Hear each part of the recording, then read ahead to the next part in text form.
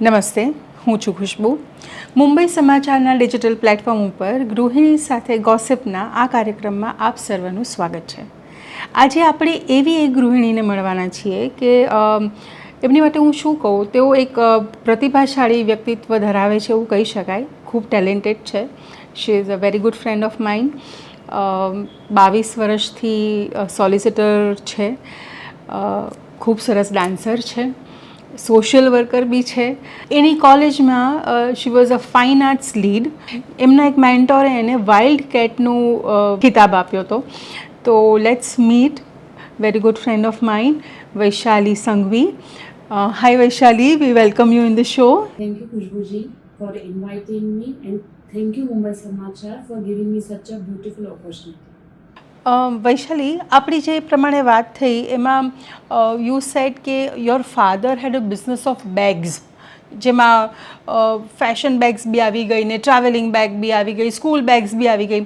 પણ એમનો બેગનો business and you are into this solicitor field, તો એ બધું કોમ્બિનેશન કેવી રીતે થયું? એમાં એવું છે, મારા પપ્પા, હું કહું ને દંગલના કેવી રીતે હતા, દંગલ મૂવીના ફાધર, એવા જ મારા પપ્પા હતા. બહુ સ્ટ્રિક્ટ અને રિલિજિયસ, અને એમના પોતાના નિયમો હતા. એમનું એક જ હતું કે ભણો, તમે ખૂબ ભણો, ઇન્ડિપેન્ડન્ટ થાવ, છોકરા જેવો થાવ. એટલે એમને એવું કહેવાનું હતું કે કોઈ પ્રોફેશન ડિગ્રી તમે અપનાવો જેમાં તમારું નામ થાય, પગભર થાવ, તમે ફેમિલીને હેલ્પ કરો, દુનિયાને હેલ્પ કરી શકો, એવી ડિગ્રી. તો એમનું સપનું હતું કે વકીલ બની. અચ્છા. એટલે મને તો બનવું હતું ફેશન ડિઝાઇનર, પણ પછી મેં જોયું કે જે પપ્પા કહે છે એ પ્રેક્ટિકલ છે. અને હવે મને થાય છે કે જે પણ પપ્પાએ કીધું, જે ગાઈડન્સથી અમે આગળ આવ્યા, બધા પરફેક્ટ એમને પ્લાનિંગ કર્યું હતું અમારા ફ્યુચર માટે. પણ એવું થયું કે એમણે કીધું કે તમે આ લાઈન સિલેક્ટ કરો, પણ ત્યારે આપણે એવી એજમાં હોઈએ ને, ટેન્ડર એજમાં, દેટ આપણે ખરેખર કશુંક અલગ કરવું હોય, at that point of time આપણે એમ વિચારીએ કે એ ડિસિઝન બરાબર નથી એમનું, અને આપણે જે વિચારીએ છીએ એ જ સાચું છે. તો એવું કંઈ વિચાર આવ્યો હતો? હા, એટલે 2-3 વાર એવું થયું હતું. પણ મેં જ્યારે પ્રેક્ટિકલ, જે રીતે મને ફેશન ડિઝાઇનિંગ કરવું હતું, પણ મેં પ્રેક્ટિકલી જ્યારે જોયું કે કેટલા જણ સક્સેસફુલ છે અને જે સ્ટ્રગલ છે અને જે એના પછી ઇન્કમ જનરેટ થાય છે, એ કંઈ હતી જ નહીં. અને મને એમ થયું, જો લોયર બને, સોલિસિટર કે લો ફિલ્ડમાં તમે જાઓ, તો મારા ઘરમાં જ મારા બંને ફઈઓ સોલિસિટર અને લોયર છે. તો મેં જોયું છે જે સક્સેસ રેટ છે. તો મેં પ્રેક્ટિકલ અપ્રોચથી પછી પપ્પાએ જે કીધું, ઇમોશનલી, હા, યસ. એટલે અત્યારે એવું લાગે છે કે એ ડિસિઝન બરાબર હતું. 100%. તો આ લો એટલે આમાં ડિગ્રી કરી અને પછી ઇન્ટર્નશિપ જેવું કાંઈ હોય તો એના કેવા અનુભવ રહ્યા? આમાં એવું છે, I have done my schooling from રાષ્ટ્રીય શાળા, ગુજરાતી મીડિયમ. ઓકે. અને મારું ગ્રેજ્યુએશન કોમર્સ કોલેજ SIS માંથી કર્યું છે. બહુ જ ડિફિકલ્ટ છે ગુજરાતીમાંથી ઇંગ્લિશમાં આખું ભણવાનું. અને એના પછી then I did my law from KC law college. Okay. હમણાં એવું છે કે આફ્ટર 12th તમે 5 યર્સનો કોર્સ છે, પણ આપણા વખતમાં આફ્ટર TY 3 years કોર્સ હતું બધી જગ્યાએ. હવે બધું ભણવામાં, એજ્યુકેશન સિસ્ટમમાં બધું ચેન્જ થઈ ગયું છે. હવે એવું છે, ઇન્ટર્નશિપ મેં ફર્સ્ટ યરથી જ ચાલુ કરી દીધી હતી દવે ગિરીશન કંપનીમાં, અને it is a international law firm. મારો કોલેજનો ટાઈમિંગ મોર્નિંગ 7 o'clock હોય, એટલે મારે ચર્ચગેટ પહોંચવાનું હોય મોર્નિંગમાં 7 વાગે. ઓકે. યસ. અને 7 થી 10:30 સુધીની મારી કોલેજ હોય. પછી મારે ઇન્ટર્નશિપમાં જવાનું. નોર્મલી મારી ઓફિસ ટાઈમિંગ હોય 10 થી 7, પણ લિટિગેશનમાં જવાનો કોઈ ટાઈમ હોતો જ નથી, એવું છે. તો એ બધા પ્રોસિજરલ છે, જે 7 વાગ્યા પછી બધા 10-10, 12-12 વાગ્યા સુધી બેસવું પડે. તો એવું છે કે ઘરે રાતના 8-10, 8:30-10 વાગે પહોંચતા. તો it was very struggling internship, very struggling. ખાલી ભણવાનું જે વચ્ચે એક્ઝામ્સ હોય એમાં અમે બ્રેક લઈએ, 1 મહિનાનો બ્રેક લઈએ. ઓકે વૈશાલી, તો આ ઇન્ટર્નશિપ જે હોય એમાં કોઈ પર્ટિક્યુલર ફિલ્ડ સિલેક્ટ કરવાની હોય કે કોઈ સબ્જેક્ટ હોય કે કઈ રીતે હોય? ઇન્ટર્નશિપ એવી છે, પહેલાં તો કમ્પલસરી નથી પણ હવે ગવર્મેન્ટે કમ્પલસરી કરી નાખી છે. ઘણા લોકોને ક્રિમિનલ લોયર પાસે કરવું હોય, ક્રિમિનલ લોયર બનવું હોય, then they have to do internship before that criminal lawyer. હવે I was interested, I am right now civil property lawyer. Okay. જેમાં ડિવોર્સ કેસીસમાં છે મારી પાસે, રીડેવલપમેન્ટના કેસીસ છે, high court matter, arbitration matter, small causes court, landlord tenant matters, partition suit between sister brother, એટલે આવી ટાઈપના મેં જ્યાં ઇન્ટર્નશિપ કરી હતી ત્યાં બધી આ ટાઈપની બધી મેટર્સ હતી. તો તમને જે પણ શીખવાની ઈચ્છા હોય તે ટાઈપના લોયર પાસે you have to do internship. Okay. તો એવી રીતે તમને ખબર પડે. હવે એવું કમ્પલસરી નથી કે તમે ઇન્ટર્નશિપ કરી રહ્યા છો તો તમે એ જ પકડી શકો છો. ધારો કે કોઈ જગ્યાએ તમે 6 મહિના ઇન્ટર્નશિપ કરી, કોઈ જગ્યાએ 2 મહિના કરી. You have to select what you are interested in. Right. એવી રીતે ઘણી વાર છે ને, ઘણા હવે એવું થઈ ગયું છે કે મારી પાસે જ 8 થી 10 મારી પાસે મારા જુનિયર્સ છે. I have 3-4 interns as well. તો એ લોકો સિલેક્ટ કરે કે મને લિટિગેશનમાં જરાય પણ ઇન્ટરેસ્ટ નથી, મને કોર્ટમાં અપિયરન્સ મને ગમતા નથી. ઓકે. મને નોન લિટિગેશન આપો, redevelopment matters. What is litigation? Litigation એટલે તમારે કોર્ટમાં જઈ તમારે અપિયર થવાનું. એટલે જે ફિલ્મોમાં આવે ઈ? હા. Okay. That is called litigation. Okay. ફિલ્મોમાં આવે. તો એટલે બધા જ લોયર એવું કરવાનું હોતું નથી? ના, ઘણી ટાઈપની આપણી પાસે છે. જે તે પેટન્ટના લોયર હોય, પછી નોન લિટિગેશનના લોયર, સોલિસિટર્સ છે, they never go to court. Oh, તો how do they solve cases? Only litigating lawyers do all such things. ખાલી લિટિગેશનમાં જે હોય એ જ લોયર ઓકે કોર્ટમાં જાય. Means you select. એવું કંઈ તમને બાર્ડ નથી કે તમે જઈ ન શકો, તમે જઈ શકો, કોઈ ક્યાં પણ જઈ શકે. ઓકે. અને અપિયર થઈ શકે, but they are not interested in. Okay. It is all about interest. Right right. Vaishali, જ્યાં સુધી મને ખ્યાલ છે ત્યાં સુધી લવ મેરેજ છે તમારા લોકોના, પણ મને સ્ટોરી નથી ખબર, તો આજે મારે સ્ટોરી જાણવી છે. આ થોડો ઇન્ટરેસ્ટિંગ ક્વેશ્ચન છે મારા માટે, કારણ કે આ આખું કહેવાય ને મૂવી ટાઈપનું જ છે. ઓકે. આન્સર એવું છે કે હસબન્ડને હું બહુ ગમી ગઈ હતી. મારી કઝિન, એટલે મારી ફ્રેન્ડ મારા હસબન્ડની કઝિન સિસ્ટર થાય, ઓકે. મામાની દીકરી. એ મારી ફ્રેન્ડ હતી, સાથે ક્લાસીસમાં હતા, સાથે હતા. તો પછી એઝ યુ નો નવરાત્રિમાં બહુ મહેનત કરવી પડે, તો બહુ જ ચાલવા માટે હું જતી હતી ને ત્યાં આ લોકો પણ વોક કરવા માટે સાથે જોઈન થતા હતા. એવી રીતે ત્યાં એને હું ગમી ગઈ ને એને મને પ્રપોઝ કર્યો હતો. હા, આઈ લવ યુ વાળો પ્રપોઝ નહોતો, will you Mary me, directly એવો પ્રપોઝ હતો. એટલે મેં થોડું કીધું કે my father is very strict father, કદાચ નહીં ચાલે, લેટ્સ સી, કરે પુટઅપ કરે. ફાધરને વાત ખબર પડી તો હી વોઝ અગેન્સ્ટ, કારણ કે અમે બધા સેમ કાસ્ટ નથી અમારી. ઓકે. એટલે he was not happy also. પણ પછી ફાઇનલી એવું થયું કે અમે કોર્ટ મેરેજ કરી નાખ્યા, પપ્પાઓને બધા ફેમિલીના અગેન્સ્ટમાં જઈને. એટલે કોઈને ખબર જ નહોતી ઘરમાં? ના, ખબર હતી. ઓકે. પપ્પાએ કીધું કે ના, નોટ અલાઉડ, તો અચ્છા. તને જે કરવું હોય કર. તો ઓકે. દેન પછી અમે કોર્ટ મેરેજ કર્યા હતા. અને 1 મહિના પછી હવે દીકરી, વાલી દીકરી તો મહિનામાં પછી નોર્મલ થઈ ગયું હતું. એટલે પપ્પા આગળ બધું નોર્મલ ફેમિલી થઈ ગયું. પણ આખું મૂવી ટાઈપ જ હતું. પપ્પા, મારા હસબન્ડનું નામ જતીન છે, એને લઈને पुलिस પાસે પણ કન્ફર્મ કરવા ગયા હતા કે શાદી કરને વાલા હે કે નહીં કરને વાલા, આપ ચેક કરો. ઓહ, ઓકે. પણ તમે લોકો કચ્છી અને લગ્ન થયા ગુજરાતીમાં, તો એ બધું કઈ રીતે મેનેજ કર્યું?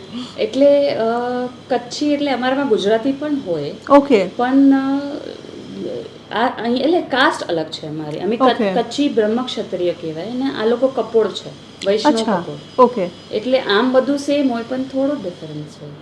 ઓકે. એટલે language was never a barrier? No, Gujarati બધું નોર્મલી ગુજરાતી, ખાલી ઘરમાં જ આપણે કચ્છીમાં વાત કરીએ, નોર્મલી તો બધું ગુજરાતી જ હોય. તો તમારા ઘરે કેટલા જણા ને અહીંયા કેટલા જણા? હા, મમ્મી પપ્પા Okay. અને અમે 4 બેન. ઓ Yes. ઓકે. અને આ સાઈડ? આ સાઈડ મારા 2 નણંદ, સાસુ સસરા અને મારા હસબન્ડ, પણ બંને નણંદ મોટા હતા એટલે જે લગ્ન already થઈ ગયા married હતા. Yes. ઓકે, એટલે કંઈ મેનેજ કરવાનું કે કેવી રીતે મેનેજ કરશું, એટલે joint family to nuclear family એવો કંઈ પ્રશ્ન ના આવે? ના, એવો કંઈ પ્રશ્ન નહોતો. મારા મધર પણ પોતે પ્રોફેશનલ હતા, ઓકે, ટીચર હતા. એટલે શી કુડ અન્ડરસ્ટેન્ડ. હા, અને મારાથી વધારે ડિગ્રી એમની પાસે હતી. ઓ લવલી. એટલે થોડુંક પ્રોબ્લેમ હતો, પણ એ 1-2 મહિનામાં બધું સોલ્વ થઈ ગયું લગ્ન પછી. તો પછી લગ્ન પછી પણ કામ ચાલુ રાખ્યું હતું? હા, લગ્નના 1-2 મહિના પછી મેં પાછું મારું કામ ચાલુ કરી દીધું હતું ઇન્ટર્નશીપનું. પણ મારું લગ્ન પછી મેં મારું 3rd યર લો એક્ઝામ આપી હતી. મારે 3rd યર મારું લો બાકી હતું. તો મારા પપ્પા અને મારા હસબન્ડ, મારા સાસુ બધા ઇન્સિસ્ટ કરતા હતા કે તું લો કમ્પ્લીટ કરી ના અને પછી then you start your profession properly. તો પછી હસબન્ડનો શું બિઝનેસ હતો? હસબન્ડનું ઓટોમોબાઈલનું સ્પેર પાર્ટની આખી ફેક્ટરી હતી, ઓ મારુતિ અને ફિયાટની. ઓકે, અને રીઝન એવું થયું કે ફિયાટનું ને બધું ધીરે ધીરે બંધ થવા લાગી, રાઈટ. તો ફેક્ટરી પણ થોડી બંધ થવા જેવી લાગી. તો મેં કીધું કે તું પણ લો કરી નાખ, મારા હસબન્ડને કીધું. Okay, so I pushed him to do law and then he convinced. Yes. Oh lovely, that's called love. Yes. અને આમ કહેવાય તો હસબન્ડ તો સિનિયર છે, પણ લો ફિલ્ડમાં he is my junior. 3 years junior. તો તમે બંને એટલે કેસીસ તમે કેવી રીતે હેન્ડલ કરો? તમે જોઈન્ટ હોય કે એ એમના પોતે સેપરેટ કરીને તમે સેપરેટ કરો? હા, એનું સેપરેટ ફિલ્ડ છે અને મારું સેપરેટ ફિલ્ડ છે. Okay, he is into ઇન્સ્યોરન્સમાં છે, ઇન્સ્યોરન્સ લીગલ કેસીસ જે આવે કારના. Okay, He is into master in all this thing. I'm into civil litigation, property, maintenance, એવી બધી matters. લગ્ન પછી કેટલા વર્ષે બાળક થયું અને પછી કામ ચાલુ રાખ્યું ન રાખ્યું? કારણ કે બાળક આવી ગયા પછી એક ફૂલ સ્ટોપ તો આવી જ જાય છે. ફૂલ સ્ટોપ તો ન કહેવાય, પણ એક પોઝ આપણે કહી શકીએ. અને એ મેન્ટલ સ્ટેટમાંથી બહાર આવવું, અને ત્યારે આપણને એમ થાય કે આખી દુનિયા કામ કરે છે અને આપણે જ નથી કરતા. આઈ થિંક એ બધી જ ગૃહિણીના ને એ ફેસ કરવું જ પડતું હોય છે. પણ એક બાળક સામે આપણે બધું જ જતું કરી દઈએ છીએ, પણ એ ફેસમાંથી બહાર આવવું એ બહુ ડિફિકલ્ટ છે. So how did you manage that? લગ્નના આફ્ટર 3 વર્ષ પછી મને ટ્વિશા થઈ 2005માં. તો મારો બ્રેક થઈ ગયો તો પ્રેગ્નન્સીમાં જ થોડા ઇશ્યુઝ હતા, એટલે પ્રેગ્નન્સીથી જ મારો બ્રેક થઈ ગયો હતો. અને પછી આખો ડ્રાસ્ટિક ચેન્જ, મધરહુડ, મધર બનવું, બાળકની કાળજી રાખવી, ટોટલી અલગ જ એક્સપિરિયન્સ કહેવાય. થકાવનાર અને ખુશી પણ આપે છે, પણ થકાવનાર પણ છે. અને તમારા તમારા જે સપના હતા એ બધા ક્યાં વયા જાય ખબર નથી પડતી. હા, તો એવું મારી સાથે થયું હતું. અને 2009માં મેં ડિસાઈડ કર્યું. પછી 10માં મેં ફરીથી મેં કામ કરવાનું ચાલુ કરવાની ઈચ્છા થઈ અને આઈ સ્ટાર્ટેડ વર્કિંગ. એવું હતું કે જ્યારે હું before pregnancy, during my after marriage, મને મારા સિનિયર કહેતા હતા વાઇલ્ડ કેટ, એટલે તને જે કામ તને આપ્યું છે તું કરીને જ આવશે, તોડી ફોડી કરીને તું કરીને જ આવશે. પણ જ્યારે 2010માં જ્યારે મેં સિનિયર સાથે મળી, તો he was very much kind of surprise તો ન કહેવાય, પણ દુઃખી કહી શકાય કે આ શું થઈ ગયું. જરા પણ કોન્ફિડન્સ લેવલ નથી, આપણે આટલા વર્ષો જે કામ કર્યું કંઈ યાદ નથી, કહેવાય ને કાઇન્ડ ઓફ 180 ડિગ્રી આખું મારું ચેન્જ થઈ ગયું પર્સોના. અને કોન્ફિડન્સ જ નહોતો, શું કરીશ ને. પણ રીસ્ટાર્ટ કર્યું ત્યારે બહુ તકલીફ થઈ, બધું જ ભૂલી ગઈ હતી. તો મારે પાછું એથી સ્ટાર્ટ કરવું પડ્યું એવરીથિંગ. એટલે આમ કહેવાય ને તો 5 વર્ષ હું પાછળ વહી ગઈ પાછી, એવું થયું હતું. અને આઈ વોઝ મેનેજિંગ કે ને it was very bad phase for me, કે ઘરમાં સવારે ઉઠો, ખાવાનો નાસ્તો બધું બનાવો, ડબ્બા કરો, છોકરી એને પ્રી સ્કૂલમાં મારી ડોટરને મૂકી આવો, પછી જોબ પર આવો, લંચ ટાઈમમાં હું અહીંયા ટ્યુશાને ફરીથી જમાડવા આવતી હતી. પછી પાછી જતી હતી. It was very tiring. રાતના જમવાનું બનાવો, જમાડો, પછી એનું હોમવર્ક જો, વેરી ટાયરિંગ. અને એમ થાય કે હું શું કરી રહી છું, થોડા પૈસા માટે થઈને આ બધું, why I am doing so much.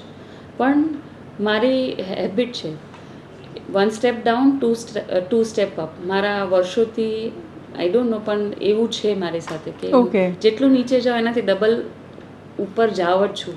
કોશિશ કર્યા કરું. નાવ આઈ ફીલ કે I have done a lot in my life, suffered, સ્ટ્રગલ્ડ, અને કોન્ફિડન્સ મેં છોડ્યો નથી. મમ્મી મારી બહુ જ મને પ્રેરણા કરે કે કંઈ નહીં બેટા, થઈ જશે, કંઈ વાંધો નહીં, કંઈ વાંધો નહીં, થઈ જશે, કર્યા કર, કામ કર્યા કર, કંઈ વાંધો નહીં, બધું મેનેજ થઈ જશે. અને થઈ પણ ગયું બધું મેનેજ, બધું આટલા વર્ષો નીકળી પણ ગયા. યસ. પણ એવું ક્યારેક ફીલ થાય કે, ફીલ તો ન કહેવાય, પણ કે જ્યારે આપણે આવા ફેસમાંથી જતા હોય ને ત્યારે આપણને કોક ને કોક તો એક મેન્ટોર મળી જ જાય છે. તો એવું કોઈ મળ્યું ખરું કે જે હંમેશા પુશ આપે કે ના આ તો કરવાનું જ છે, આપણે, હું તારી સાથે છું? પુશ કરવામાં મારી ફેમિલી મારી સાથે હતી. ઓકે. મારી બેન કેજલ, મારી બેન શિવાલી, મધર, ઓકે, ફાધર, ચારે ચાર જણ ઓલવેઝ પુશ કરવામાં, ગાઈડન્સ આપવામાં ખૂબ જ પ્રેરણા આપે. અલગ અલગ રીતે પ્રેરણા આપીને મને પુશ કરી છે. અને ઓફકોર્સ મારો હસબન્ડ, કોઈ પણ વસ્તુ, કોઈ પણ ડિસિઝન, કોઈ પણ કામ લીધું હોય કે કોઈ મેટર આવી હોય તો ક્યારે પણ ઇન્ટરફિયર કરે નહીં. જો ઇન્ટરફિયર ન કરવું એ પણ બહુ મોટો સપોર્ટ છે. Right, absolutely. કેમ લેટ થાય છે? કારણ કે he is from my field, so he understand કે આ કાલે મેટર છે તો તમારે આ મેટરનું પ્રિપરેશન કરવું પડશે અને કરીને જ પછી રાત્રે આવી શકે. તો એનો આ રીતે મને ખૂબ જ સપોર્ટ રહ્યો છે. તને જે પણ કરવું હોય તું જા, કંઈ વાંધો નથી, એવી રીતનું. એ એક બહુ મોટો સપોર્ટ હોય છે જ્યારે આપણા જીવનસાથીનો આપણને એક આમ બેકબોન હોય ને કે ના, I am there with you, you do it. એટલે આપણને લાગે કે આપણે આખું જગત જીતી લીધું છે. અને બધી વસ્તુઓ પછી બહુ ઇઝી થઈ જાય છે કરવા માટે. આ એક સ્ત્રીના છે ને ઘણા બધા શોખ હોય, ક્યારેક દબાઈ જાય, ક્યારેક ખીલીને બહાર આવે, ડિપેન્ડ્સ કે કઈ સિચ્યુએશનમાં આપણે છીએ. તો how did you manage your, કે બધી જે બધા શોખ હોય એને કઈ રીતે પૂરા કર્યા?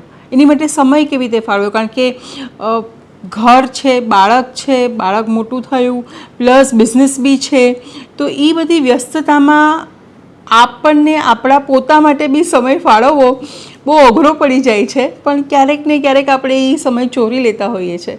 તો how did you manage that?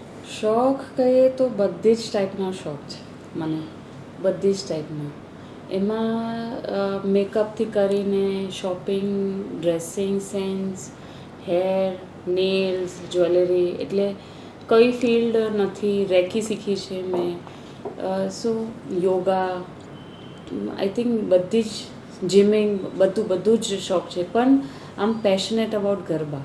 Okay. આમ દિલથી કહેવાય ને, જેવા ગીત વાગે એટલે આઉટ ઓફ વર્લ્ડ થઈને ભગવાન સાથે લીન થઈને ગરબામાં રમવા લાગે એ ટાઈપનું. એટલે મીન્સ આમ પેશનેટ અબાઉટ ગરબા. અને ગરબા માટે થોડા ટાઈમ કાઢવા, નવરાત્રિના બધા ચણિયાચોળી કરવા, એની પહેલાં પ્રેક્ટિસ કરવા માટે ખૂબ જ ટાઈમ કાઢવો પડતો હતો, મેનેજ કરવું પડતું હતું. થોડું ઘરમાં બધાને પટાવવું પડતું હતું, ટ્વિશાને પટાવવું પડતું હતું, ઉલ્લુ બનાવવું પડતું હતું. કારણ કે બોસને ઉલ્લુ બનાવવું પડતું હતું કે 10 દિવસ હાફ ડે આપો ને, આઈ કેનોટ લીવ વિદાઉટ ગરબા. તો હાફ ડે લેતી હતી. પછી ફટાફટ રાતનું જમવાનું ફટાફટ બનાવી, ટ્વિશાને થોડો નાસ્તો કરાવી, સુવડાવીને વગર અવાજે અડધી તૈયાર થઈ, અડધો રસ્તામાં તૈયાર જતા બોરીઓલી પહોંચવાનું એક્ઝામ્પલ, તો અમે પહોંચતા હતા. સિન્સ 1997 ટિલ આઈ પ્લેડ 2019 સુધી મને ડેલી પ્રાઇઝીસ મળ્યા છે. અચ્છા. હા, બેસ્ટ ફિમેલ પ્લેયરમાં. અને પછી then I was playing with my partner Karan, તો બેસ્ટ કપલ કરણ સાથે વર્ષોથી પ્રાઇઝ મળ્યા છે. અને બધી જ જગ્યાએ ફાલ્ગુની પાઠકથી કરીને આપણા રેડિયન્સ સહારા સ્ટાર, બધી જ જગ્યાએ, મુંબઈ સમાચારમાં, રાઈટ, બધી જ જગ્યાએ મને ત્યારે બૃહદ મુંબઈ ગુજરાતી સમાજ એવી રીતે નામ આવતું હતું. તો બધી જ જગ્યાએ પ્રાઇઝ મળ્યા છે. અને હવે કહેવાય ને બહુ જ અથાગ મહેનત કરી મેં. એટલે 3 મહિના પહેલાં મારે ઉઠક બેઠક કરવાની, 400-500 ઉઠક બેઠક કરવી પડે મારે, તો હું સ્ટેમિના મારો વધે, મેન્ટેન થાય. 2 કલાક વોકિંગ જોગિંગ કરવાનું. અને 6 મહિના પહેલેથી આપણે ચણિયાચોળી સ્ટાર્ટ કરી દેવાના, બધા પ્રિપેરેશન એનો અહીંયાથી લઈ આવીને પેચીસ લગાડવાના. ને એમાં પેરેન્ટ્સ, હસબન્ડ, નણંદ બધાનો જ હાથ છે ચણિયાચોળીમાં, તો બધા જ એમાં હેલ્પ કરી છે અમને કરવામાં. અને પછી મારી ડોટરને બધા સંભાળી છે આ 10 દિવસ. પણ માતાજીની કૃપાથી, ભગવાનની, શ્રીનાથજી બાપાની કૃપાથી કહેવાય ને સક્સેસફુલ. Every Navratri successful. અને આઈ થિંક નવરાત્રીના 10 દિવસમાં છે ને એક પેટ્રોલ મળી જાય આખા વર્ષનું. યસ, કે હવે વાંધો નહીં આવે. થઈ જશે. તો પછી તમારી ડોટરને પણ એટલો જ શોખ છે? એને શોખ મારા જેટલો તો નથી, પણ થોડો જ શોખ છે. 10 મિનિટનો બસ. પણ આવે છે ને ક્યારેક, દેટ્સ ઇટ. અને આપણને સપોર્ટ કરે તો બસ, એનાથી વધારે આપણને કશું નથી જોઈતું. સપોર્ટ કરે. She will stand for 3 hours. મમ્મા વાહ, મમ્મા વાહ, મમ્મા. શી વિલ સ્ટેન્ડ. આટલી નાની હતી ત્યારથી હું એને કહેતી હતી તું પણ રમ, તો હું છોડી દઈશ. I will promote, means I help you. જે તે બધા પેરેન્ટ ભાઈ કે ના, મને નથી રમવું. રાઈટ. તો થોડું પછી કદાચ એના લીધે પણ મારું 10-15 વર્ષ હજી એક્સ્ટ્રા પુશ થયું મારું ગરબાનું પ્રોફેશન કહેવાય તો. જે કાર્યક્રમ હતો. અને 2019માં એવું હતું કે મારો રમતા રમતા એમાં 2 લાસ્ટ ડે હતો આપણો નવરાત્રિનો, અને 2-3 કોમ્પિટિશન હતી. ફાઇનલે એક હતી આપણી મુંબઈ સમાચારની જ હતી, અને બીજી સહારા સ્ટારમાં ફાઇનલ, જે સહારા સ્ટાર રાતના શરૂ થાય. રાઈટ. ફિનાલે. તો એક ફિનાલે રમીને અમે દોડીને બીજી ફિનાલે રમાડી. એમાં મારું રમતા રમતા સહારા સ્ટારમાં કાર્ટિલેજ લેફ્ટ નીનું તૂટી ગયું. હા. અને I was enable two walk for 3 months. Enable two walk. અરે બાપરે. તો પછી ત્યારથી મેં એઝ અ કોમ્પિટિશનમાંથી મેં સંન્યાસ લઈ લીધો. પછી તો 2 વર્ષ કોરોના જ હતું, એટલે પછી દેન મુંબઈ સમાચારમાંથી અને બધા તમે લોકો બધાએ અમને કીધા કે નાઉ યુ કેન કન્વર્ટ, તમે જજમાં આવી શકો છો, બિકોઝ તમારી પાસે હવે પદવી કરવા માટે તમારી પાસે ઓથોરિટી અને છે તમારી પાસે, રાઈટ, પોઝિશન તમારી. તો પછી નાવ બધાની ભગવાનની કૃપાથી આમાં jury in all establish Navratri, even Falguni Pathak, everywhere. Vaishali, નવરાત્રિમાં આટલા બધા અવોર્ડ્સ મળ્યા, તો લો ફિલ્ડમાં એવા કોઈ કેસીસ છે જેનાથી નામ થયું હોય કે જેના કોઈ રિવોર્ડ મળ્યો હોય, એવું કંઈ ખરું? હા, મારી પાસે 2-3 કેસીસ છે જેમાં બંને ટાઈમ્સ ઓફ ઇન્ડિયામાં આવ્યા હતા મારા matters, along with my name. અને એક મેટર છે ચંદ્રલોક વેલફેર એસોસિએશનની. 103 ટેનન્ટ હતા, જેનું બિલ્ડિંગ એકદમ ડિલેપ્લેટેડ કન્ડિશનમાં હતું અને C1 કેટેગરીમાં આવી ગયું. C1 એટલે એકદમ પડી જાય એવી કેટેગરીમાં. તો C1 કેટેગરીમાં આવ્યું એટલે ગવર્મેન્ટે એને ડેમોલિશ કરી નાખ્યું. ડેમોલિશ થઈ ગયું તો અહીંયા રાઇટ્સ છે ટેનન્ટ્સના અંડર, એના જે રાઇટ્સ હોય એમાં લેન્ડલોર્ડે એને રેન્ટ આપવું પડે, અલ્ટરનેટ અકોમોડેશન આપવું પડે, અને વિધિન 2 years એને એ બિલ્ડિંગ ફરીથી બનાવવું પડે. બધા એક્સ સેક્શન્સ બધા છે. તો એને લેન્ડલોર્ડે કંઈ પરસ્યુ કર્યું જ નહીં, કંઈ જ ન કર્યું.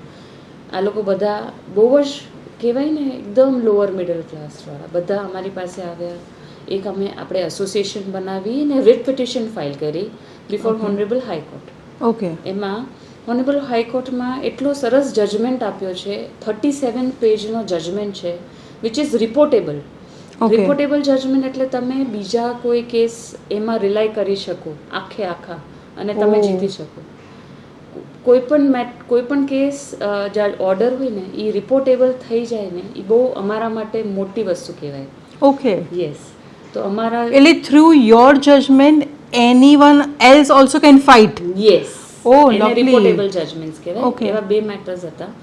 ફાઇનલી એવો ઓર્ડર પાસ થયો કે લેન્ડલોર્ડ કાંઈ નથી કરતો તો ટેનન્ટ એની એટલી જ જગ્યા ત્યાં રિકન્સ્ટ્રક્ટ કરી શકે એવો ઓર્ડર આવ્યો અને 103 ફેમિલીની અમને દુઆ મળી, પ્રાર્થના મળી, Blessings બ્લેસિંગ્સ મળે. Okay. તો એ બહુ જ મારા માટે પ્રાઉડ મુમેન્ટ હતી ઇન લો ફિલ્ડ. Right. ને બીજું હતું એટલે કારણ કે છે ને સામે બધા સેલિબ્રિટીઝ હતા. Oh. વિપુલ શાહ, શેફાલી શાહ બધા ઓળખે છે, ડિરેક્ટર્સ અને એક્ટર્સ છે બધા.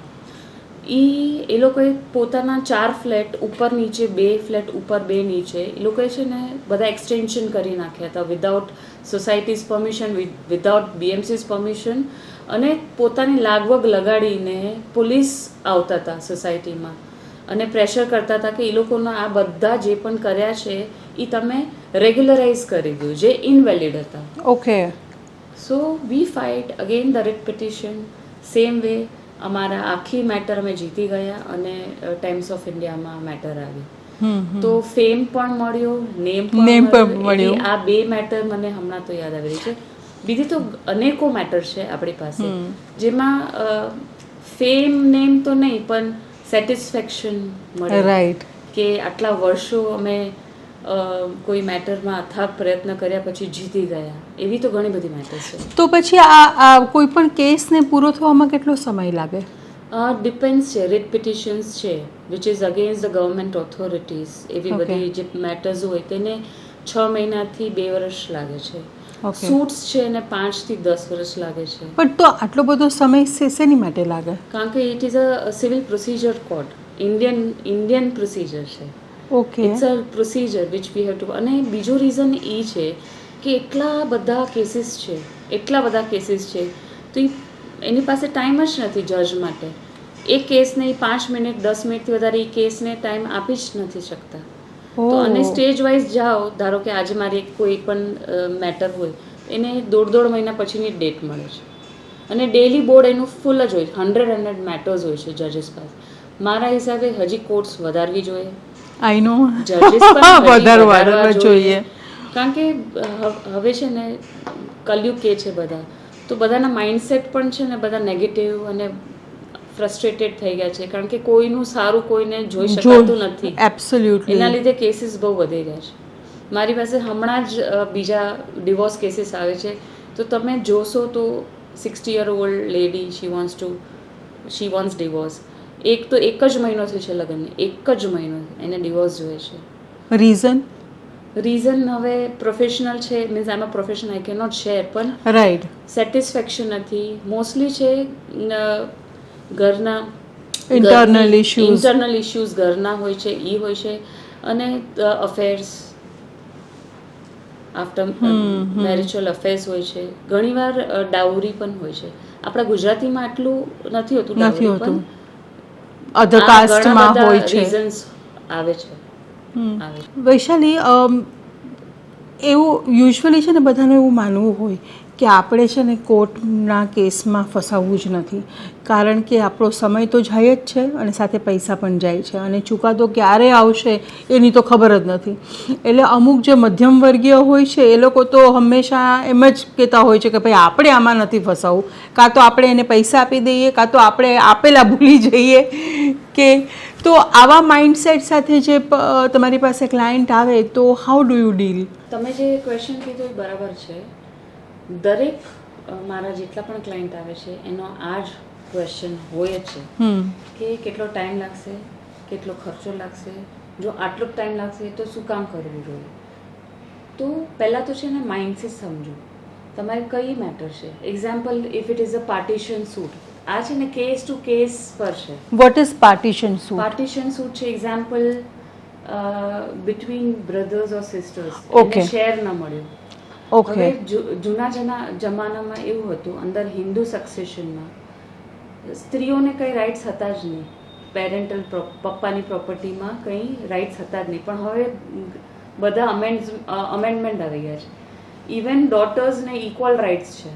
ઓકે. ઇવન મધરને પણ ઇક્વલ રાઇટ છે. પહેલાં એ કંઈ લો હતા નહીં.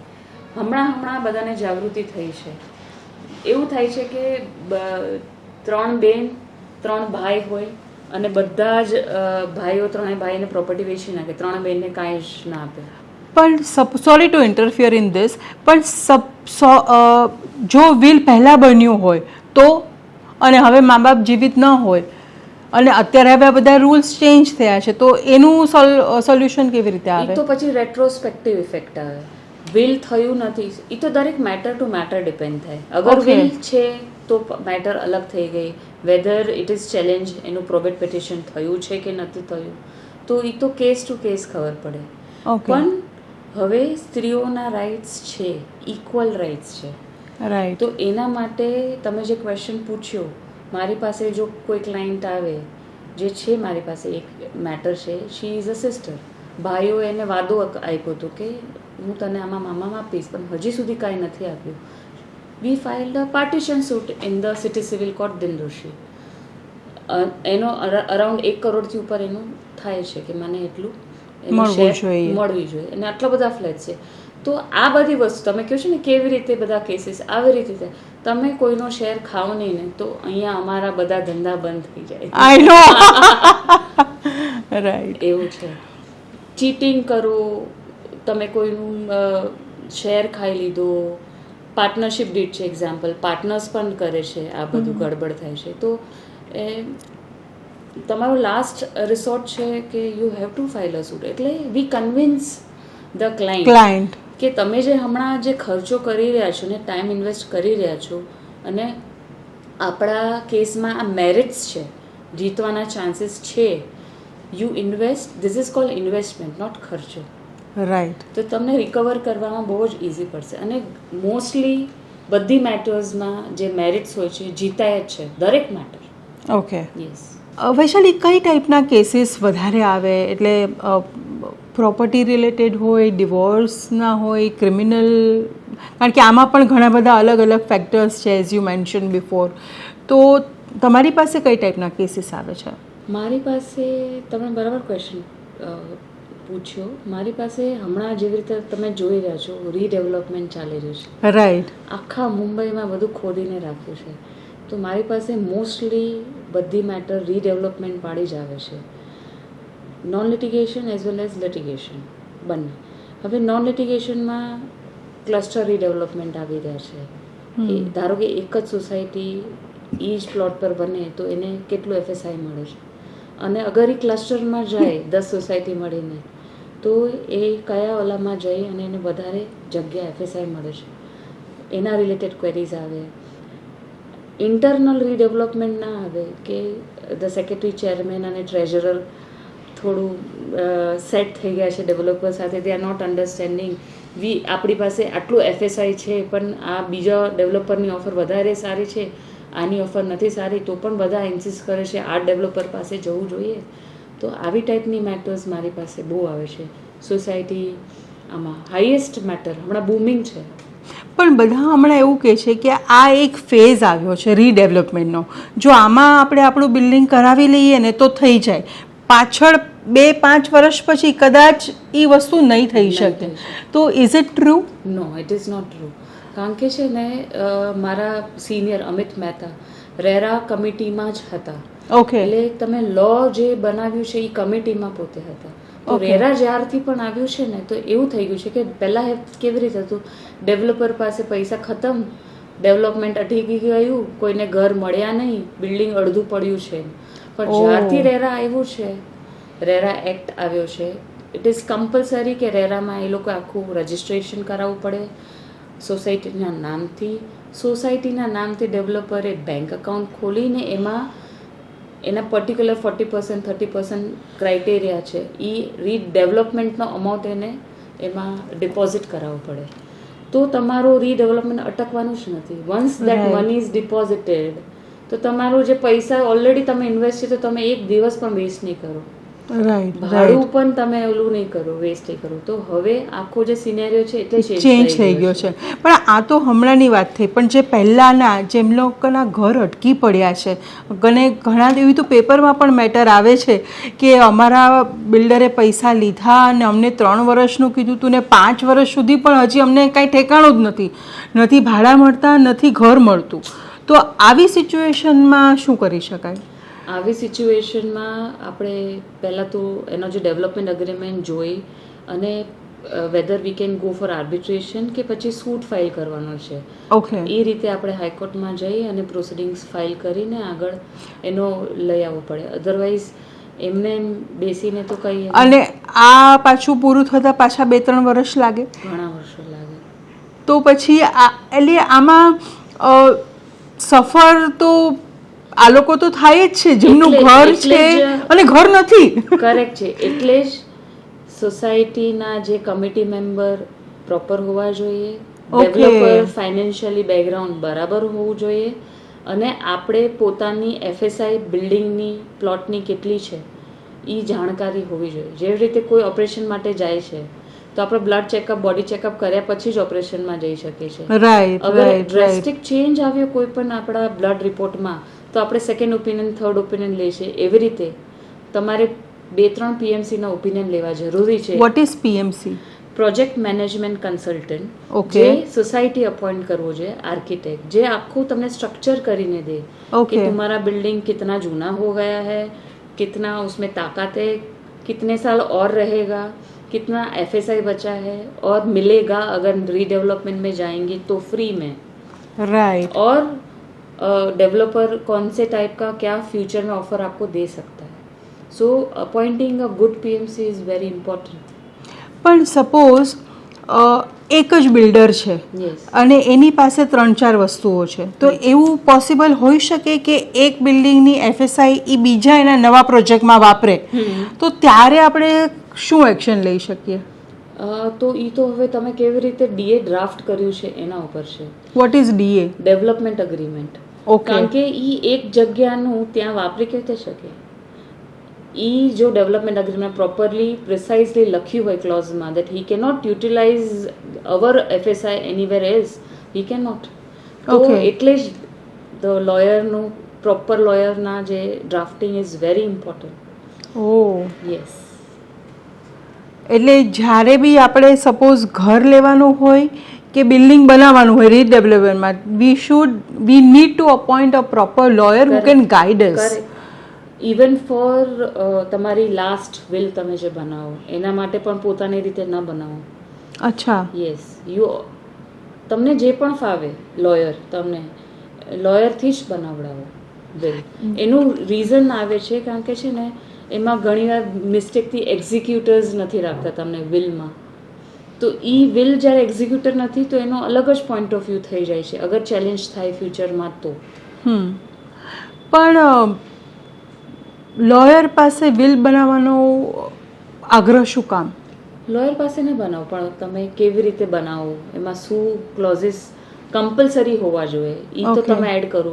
એવું કહેવામાં આવે છે કે તમે સિમ્પલ પેપર પર પણ તમે જે લખો એ વિલ ગણાય, પણ મારા હિસાબે તમે કન્સલ્ટ કરીને સિમ્પલ પેપરમાં લખશો તો પણ કંઈ વાંધો નથી. પણ there are few clauses which needs to be added in the will. Executor. For example, executor what is executor? Executor એટલે મારા ગયા પછી આ જગ્યા જે પણ આને હું દેશે એક્ઝિક્યુટ કરશે મારી. રાઈટ. ઓકે. ઓકે.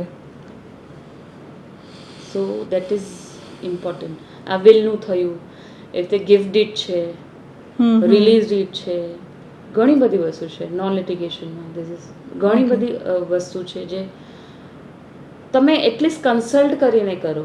કોઈ પણ- રાઈટ. રાઈટ. ભલે તમે ડિસિઝન લે, પણ once you consult and then do tech any decision.